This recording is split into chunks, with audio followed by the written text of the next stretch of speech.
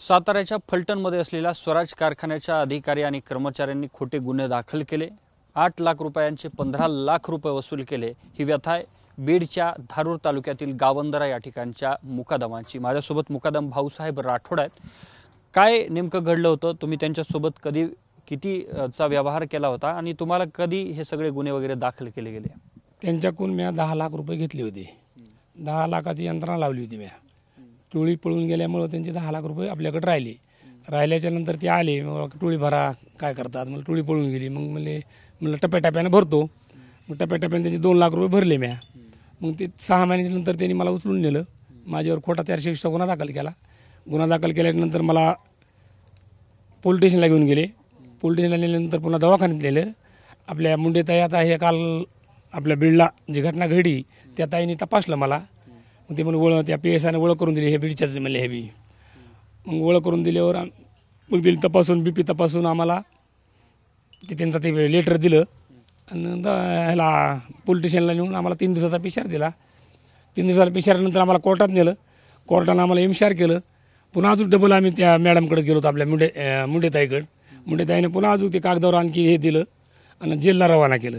जेलला रवाना केल्याच्या नंतर 4-5 दिवसानं ज्या दिवशी आपला खासदारकीचा निकाल होता त्या दिवशी मी जेलला गेलेलो होतो। निकाला दिवशी मी तिथं जेलला पोहोचलो। जेलला पोहोचून 5 दिवस राहिलो। 5 दिवसानंतर माझा पुन्हा नंतर ताबा घेतला तिथल्या पोलीस स्टेशननं आणखी। तर मला आणखी काय साहेब काय मिळेल ते म्हणले, तुमच्यावर आणखी म्हणले एक गुन्ह्यात घेतलं म्हणले। आम्ही अशा खोटे गुन्हे म्हणले किती करतो म्हणले, आम्ही लिमाळकरचे माणसं म्हणले, आम्ही पोलीस म्हणले। म्हणलं जाऊ द्या, करा मला तुमच्या ताब्यातच आम्ही म्हणलं। पुन्हा डबल आणखी 3 दिवसाचा PCR दिला। 3 दिवसाचा PCR नंतर पुन्हा नंतर जेलमध्ये गेलो। म्हणजे आता त्यावर 18 शिटी करणार म्हणले। असं करून जेलमध्ये टाकलो। जेलमध्ये एक त्यांच्या भागातले फलटण तालुक्यातले मतदारसंघात त्यांच्या लिंबाळकरच्या विरोधात जे भाष्य केलं आहे असे खोटे गुन्हेवाले 100 ते 80 माणसं तर मोकळी भरतील बघा। त्या जेलची क्षमता म्हणजे तिथं किती आरोपी ठेवायचे तर 160ची परवानगी 350 तिथं माणसं आहेत आज जेलमध्ये। त्या जेलमध्ये एकाचे मुंडके असे पायात पाय घालून झोपावं लागतं आहे। त्या खोट्या गुन्ह्याचे लोक इतके त्याच्यामध्ये जास्त फलटणचे आहेत आणि सगळे हे निंबाळकरनं मध्ये टाकले। तुम्ही ज्या वेळेला हॉस्पिटलमध्ये गेला होता त्यावेळेला ह्या ज्या डॉक्टर महिला आहेत त्या तिथं होत्या, त्यांची तुमचा काही संवाद झाला त्यावेळेला? संवाद झाला, आमची ओळख झाली। मी बीडच्याचे म्हणले, मी कोटरबनची आहे। मी म्हणलं कोटरबनला माझे कोणी दोस्त आहेत त्यांच्या नावासाठी नाही म्हणले, मी त्या कवडगावलाच राहतो म्हणले आम्ही लहानपणापासून, आम्ही पूर्वीचे कोटरबनचे म्हणले। माझं बोलणं झालं ताईसंग, 2 वेळेस माझं बोलणं झालं ताईसंग। मग हे सगळं कधी संपलं, तुम्हाला कधी सोडलं गेलं जेलमधून? जेलमधून मला एक 10-12 दिवसानंतर सोडलं, म्हणजे जामीनवर सोडलं। घरचे आले, एकूण नातेवाईक जामीन केली आणि त्यांचा व्यवहार मिटवला। माझं ट्रॅक्टर त्यांच्या ताब्यात लावलं त्यांच्या तिथं। मग तुम्ही अगोदर 2 लाख रुपये त्यांना दिले होते, 10 लाखातले 8 लाख राहिले होते, तर त्याचे किती वसूल केले? त्याचे त्यांनी 15 लाख रुपये वसूल केले। आमच्या भावाला मारहाण केली, माझ्याकडून तर काय त्यांनी दुप्पट पैसे घेतलेच। भावाकडून पुन्हा माझ्याकडून किती 8 लाखाचे 2 लाख याच घेतलं त्यांनी, 10 लाखाचं म्हणजे 12 लाख, असे टोटल 15 लाख रुपये गेले आमचे। आणि 5 लाख रुपये ते शेतकी अधिकाऱ्यांनी घेतलं? ते आपला पुजारी आहे म्हणून शेतकी अधिकारी आहे त्या लिंबाळकरच्या कारखान्याचा, ते म्हणजे त्याला वाटतं मी सिंगमच आहे। तर माझं असं म्हणणं आहे त्या पुजारी ती कमीत कमी तुम्हाला खासदाराची नसन करता येत फडणवीस साहेब नार्को टेस्ट, तर कमीत कमी त्या पुजारी तरी करा ना। त्याने आतापासून किती लोकांना गंडा घातला, किती लोकांचे त्याने जीव घेतलेत, किती लोकांना त्रास दिला आहे, एवढं तरी करा, ही आम्हाला फडणवीस साहेबाला एवढी विनंती आहे, असं आमचं म्हणणं आहे। मग हे सगळं ज्या वेळेला घडत होतं त्यावेळेला तुम्ही त्यांना विनंती नाही केली का की तुमचे मी पैसे भरतोय, अशी अडचण आहे काय? ज्या टायमाला पोलिसच्या ताब्यात आपण असल्यावर बाहेरल्या लोकांच्या बाहेर काढायचे अधिकार काय आहे? हे पुजारी बाहेर घेऊन त्या साहेबाला सांगितलं त्याला बाहेर काढा। बाहेर काढल्यानंतर मला त्यांनी शिगाळ चालू केली।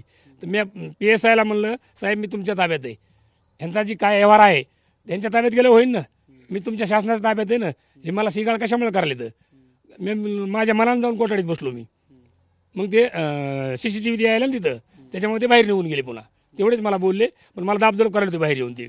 हां, तुम्हाला काही मारहाण झाली का? तुमच्या भावाला मारहाण झालं सांग? माझ्या भावाला त्यांनी विनाकारण मारलं, मला काही मारहाण केली नाही। मी पोलिसच्या ताब्यात होतो, त्याच्यामुळे मला काही त्यांनी केलता प्रयत्न, पण ते पोलिसच्या ताब्यात असल्यामुळे मी CCTVच्या बाहेर निघालोच नाही। हो. मग तुमचा हे सगळा किती वर्षाचा व्यवहार होता? ह्याच्या अगोदर त्या कारखान्यासोबत तुम्ही कधी काम केलं होतं का? आम्ही काम कर्नाटक पटापटा तिथं काम करीत होतो. आमचा ग्रुप असतो या. आमचे 4-2 वाहनं तिथे लावले होते.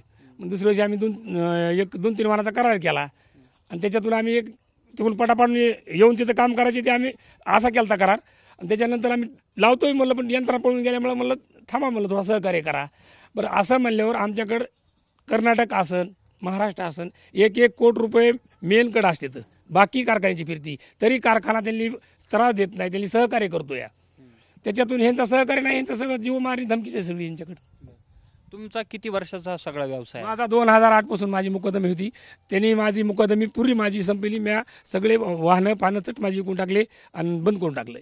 सगळं काय उद्ध्वस्त झालं? सगळं उद्ध्वस्त झालं. काही ना आता शेती आहे, 2-4 एकर ती करतून खातो आपलं.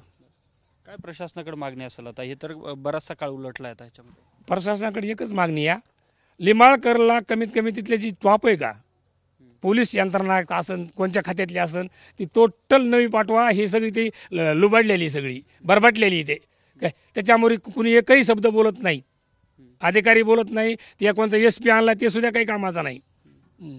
जी डॉक्टर महिलेने आत्महत्या केली त्याच्यामध्ये तुम्हाला वाटतं त्या डॉक्टरवरती दबाव असेल आणि त्यामुळे केली असेल त्यांनी हो, आता आत्महत्या? माझा BP जर 250 असला तर ते मॅडम कशा देत्या ना, जे आहे ते द्यावं लागेल ना त्याला. हे सगळं दिलं नाही म्हणून ते असं त्यांनी काहीतरी हे केलं, मारून टाकलंय. हे हातावर लिहिलं नाही त्यांनी काय, हे ह्यांनी मुद्दाम लिहिलंय. तुमच्या वेळेला असं घडलं होतं का की तुमचा जो BP आहे किंवा चांगला वेगळा रिपोर्ट द्या असं काही बोलले होते ते मॅडमला? नाही, माझा BP चांगलाच होता. त्याच्यामध्ये याचा काही प्रश्न नाही. ज्याचा आता मारहाण केलेली आहे त्या माणसाचा BP लो होणारच ना. कुणी शिरडानं कमजोर असन, कुणी आज शुगर BP असले काही आजार असतील, त्यांचा नाही इलाज. तुमच्या समोर कधी घडलं होतं असं की वेगळा रिपोर्ट घेण्याच्या संदर्भात? नाही, माझ्यासमोर नाही, पण मॅडमची माझी ओळख झालेली आहे. हो. त्यांच्याशी संवाद झाल्यावर नंतर कधी बोलणं झालं तुमचं त्या डॉक्टरचं की असं काय तिथं होतं? नाही झालं ताई संग बोलणं. माझं 2 वेळेस झालंय, पण नंतर माझं नाही बोलणं झालं. नक्कीच आपल्यासोबत हे मुकादम भाऊसाहेब राठोड होते, ज्यांची ही कथा आहे, व्यथा आहे. प्रचंड मोठ्या प्रमाणात कारखान्याने छळलं आणि जो त्यांचा मुकादमकीचा व्यवसाय होता तो पूर्णपणे उद्ध्वस्त झाला. आज ते आपल्याच गावामध्ये गावंदरा या ठिकाणी शेती करून आपली उपजीविका भागवतात. मात्र या सर्व लोकांवरती कारवाई करण्याची त्यांची मागणी आहे. दुसऱ्या बाजूला शेतकी अधिकारी पुजारी नामक व्यक्तीची नार्को टेस्ट करावी अशी सुद्धा मागणी या मुकदमांकडून केली गेली. मात्र या संदर्भात आता पुढे प्रशासन सरकार नेमकं काय कारवाई करतं हे पाहणं महत्त्वाचं असेल. कॅमेरामन हर्षल निकमसह मी अशोक काळकुटे, TV9 मराठी, बीड.